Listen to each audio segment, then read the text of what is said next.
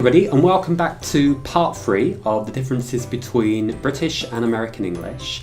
On this video, we're going to look at some of the main differences in the spelling of our languages. So Laurie's going to give us a very brief history lesson.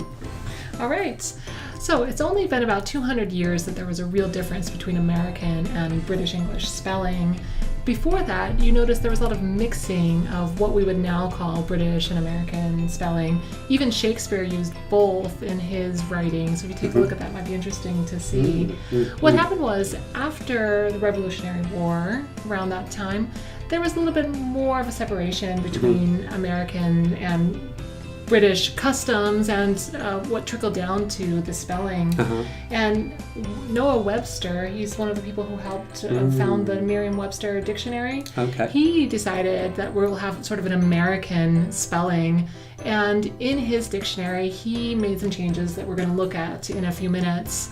And it was kind of a coincidence with the timing and with the revolution, but basically the key factor in making the American spelling more widespread was the fact that the dictionaries became more common, right? So in the US, we actually had our Merriam-Webster dictionary, which had one type of spelling, and in the UK, there was the Oxford dictionary and other ones that were using, obviously, British English spelling, and the rest is history. That's right, yeah, very good point. So what we're going to look at now are probably the main modern day differences that you'll see in American and British spelling.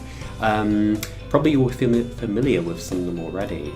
And if we look on the board here, we've got obviously a lot of differences with the use of Z or S. So for example, specialise.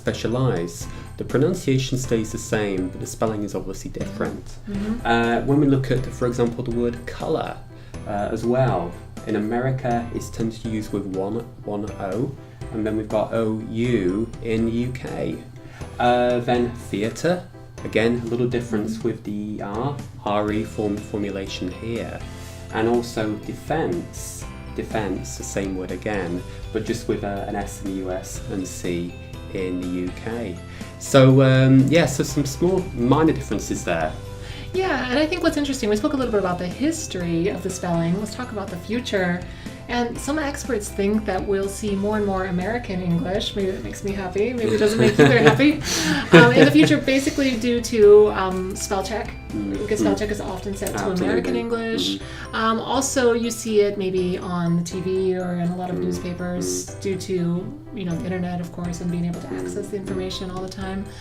But of course, linguists and people who like language in general probably want to keep around, the differences. It's what makes languages unique, don't you think? Absolutely, yeah, definitely. Yeah. And I think that's fascinating because we live in this global age now where sort of American English is very sort of well known all over the world due to film and media.